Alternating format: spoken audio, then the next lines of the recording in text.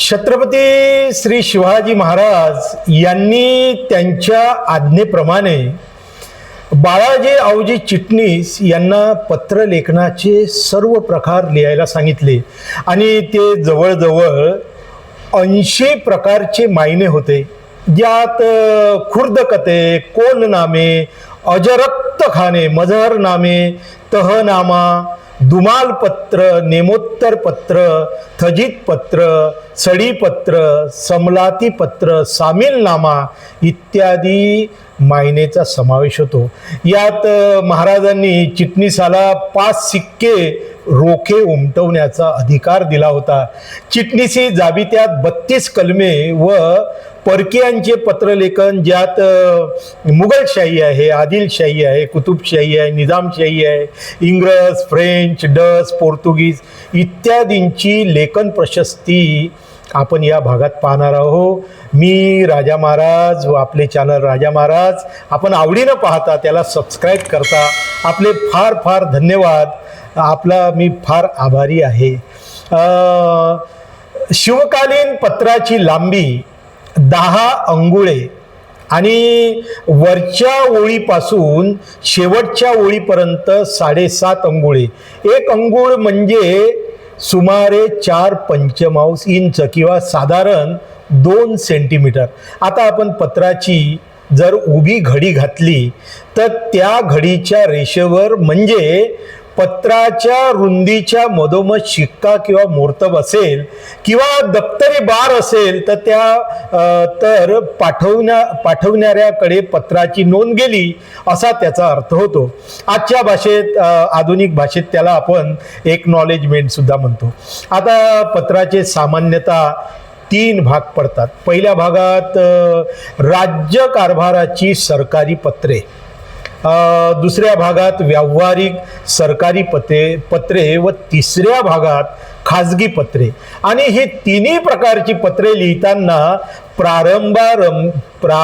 प्रथमारंभी जी रेष काढावी लागते ती रेघ मायन्यात कशी काढावी हे या प्रशस्तीत सांगितलेले आहे।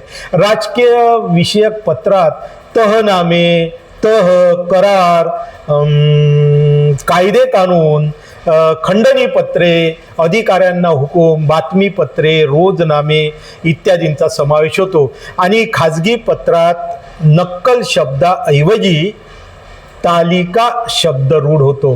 तालिक लेहून घेऊन अस्सल भोग वटियास देणे असा त्यावर शेरा मारले जात। मुळात प्रशस्ती रचण्याचा मुख्य हेतू मायने कसे लिहावे हा आहे।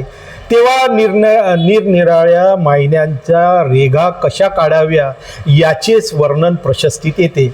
एक श्लोक सांगतो।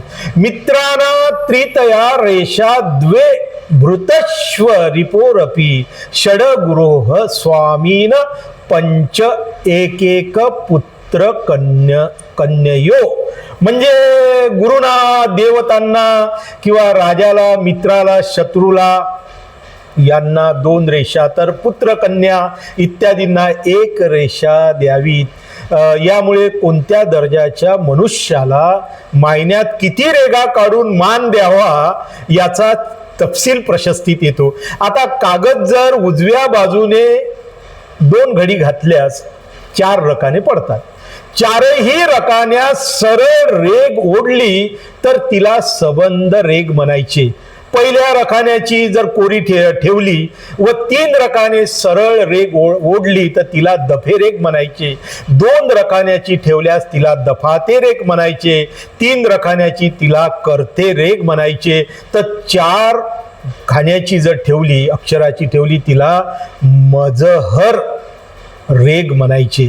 आता पहिल्या 2 रकान्यात तिला पहिली जिल्हे रेघ म्हणायचे। शेवटच्या 2 रकान्यात दुसरी जिल्हे रेघ म्हणायचे। पहिली व तिसरी म्हणजे मसुद्दर रेघ व दुसरी व तिसरी तिला बीत रेघ असे म्हणतात। पत्रलेखनासाठी ही व्यवस्था समजून घेतल्यात अत्यंत सोपी आहे। शिवकालीन ही व्यवस्था किती नीटनेटकी होती हे आपल्या लक्षात येईल। दखारी रेघ 0 लिहिल्यात, आपल्या स्क्रीनवर तुम्हाला तो फोटो दिसेल। 0 दिले असता ब्रह्माचा निर्देश होतो, तर 2 उभ्या रेघा दिल्या तर विष्णूचा उल्लेख होतो आणि दोन्ही दकार काढल्यास मित्रत्वाचा आविष्कार होतो. रेघा ज्या लेखणीने काढायच्या त्या लेखणीचे स्वरूप व ज्या शाईने काढायच्या त्या शाईची कृती ही दिलेली आहे. उदाहरणार्थ नाचणीचा शिरा करून ते काजळाने घोटून काळी शाई करीत असत. शिवशाहीत लाखी, लोखंडी वगैरे शाईचे प्रकार पडतात. फार कमी ठिकाणी दगडापासून सुद्धा शाई बनवायचे. समर्थांनी आपल्या दासबोध ग्रंथात कागद शाई कशी तयार करायची याचा एक अध्यायच दिलेला आहे.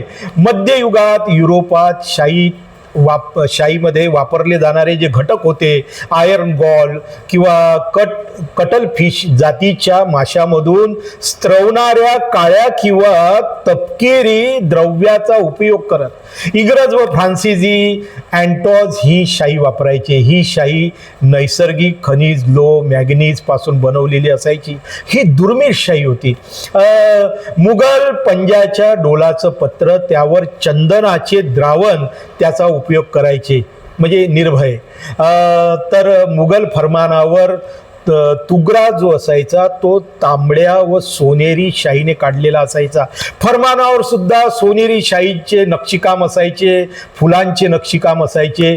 शिवकाळात लेखन शिवकाळा याच्यामध्ये त्या काळात लेखणीच्या उतारात खाचा खोचा मेहरपी करणारे अनेक कुशल कारकून असत. बोरीची लेखणी वापरायचे.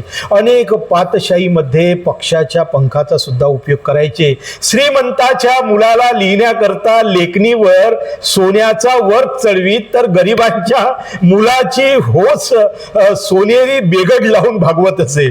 चिटणीसाला एकूण 5 सिक्के रोखे उमटवण्याचा अधिकार होता. सरंजामाचा सिक्का, शेत सनदेचा सिक्का, वृत्तीचा सिक्का, इनाम पत्र व वराता पत्र, सरकारी संग्रहासाठी कोणाला इनाम, वतन, वर्षासन दिले याची कागदपत्रे, पुरातन वतनाचा इन्साफ अथवा न्यायदान होईल त्याची पत्रे इत्यादीचं काम किंवा न्यायदानातील जसं आहे हरकी आहे, सेरणी आहे इत्यादींची पत्रे, बंदरे, किल्ले, 12 महाल, 18 कारखाने यांच्या संबंधीची पत्रे, कोणास कैद करणे, कोणास सोडून देणे इत्यादी राजआज्ञेची पत्रे चिटणीसालाच करावी लागे. कानून जाप्तामध्येच मोडणारा चिटणीस जाप्ता याबाबत अत्यंत सुस्पष्ट माहिती पुरवतो.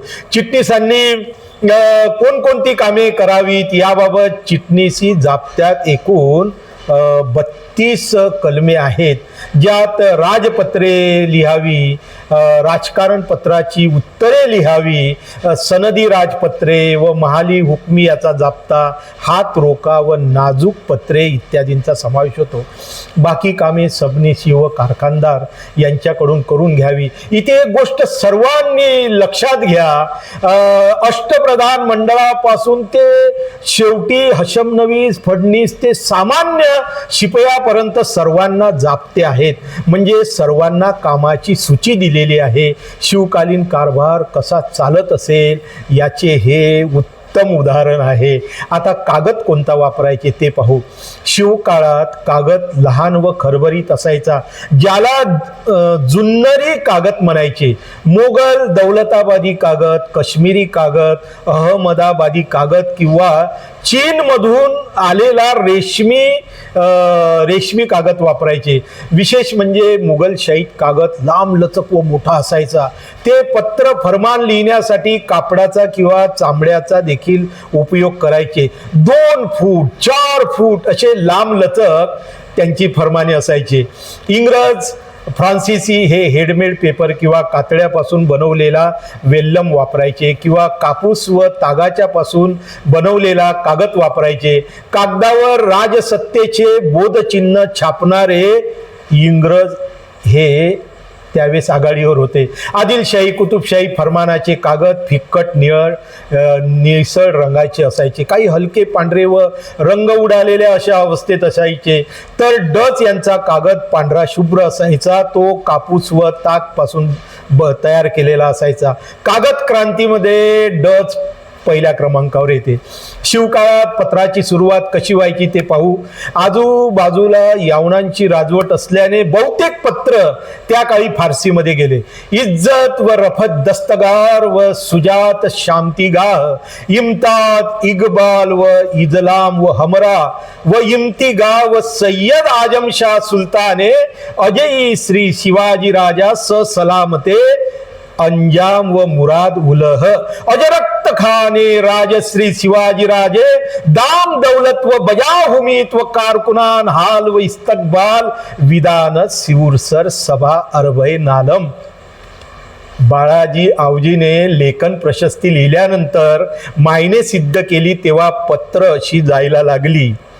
स्वस्ति श्री राज्याभिषेक शकतीन नल संवत्सर मार्गशीर्ष वद्य प्रतिपदा इंदुवासरे क्षत्रिय कुलावतंस श्री राजा शिवछत्रपती यांनी आज्ञा केली ऐसीजे. किंवा स्वस्ति श्री राज्याभिषेक शक 5 कालयुक्त संवत्सरे आश्विन बहुल द्वितीया रविवासरे क्षत्रिय कुलावतंस श्री राजा शिवछत्रपती यांनी आज्ञा केली ऐसीजे. म्हणजे याही पत्राची सुरुवात स्वस्ति श्री या शब्दाने प्रारंभ होत ही सर्व पत्रे राज्याभिषेकानंतरची होती. या पत्रातल्या महिन्यात जी तारीख घातलेली असायची तिच्यात प्रथम राज्याभिषेक, मग संवत्सर, मग अनुक्रमे महिना, मग पक्ष व तिथी आणि शेवटी वार अशी पद्धत असायची. राज्याभिषेकाच्या पूर्वीच्या पत्रावर सुहूर सणातली तारीख असायची.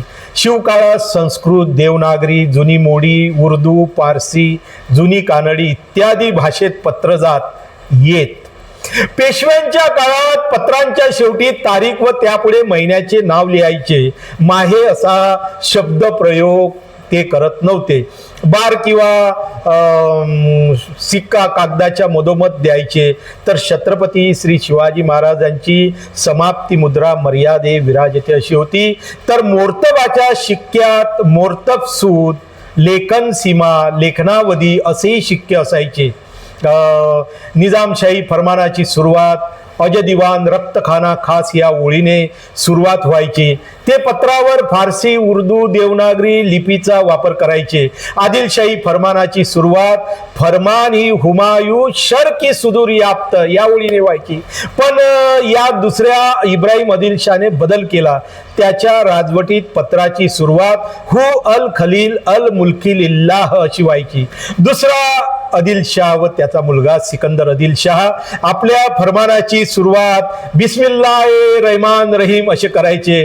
फारसी, उर्दू, जुनी कानडी, देवनागरी, मोडी व कानडी भाषेचा पत्रात वापर करायचे. आदिलशाही फरमानात दिनांकानंतर सुहूर, मास किंवा सणा असा शब्द लिहायचे. ही हिजरी कालगणनेची असायची. मुघल स्वतःला साऱ्या जगाचे बादशाह समजायचे.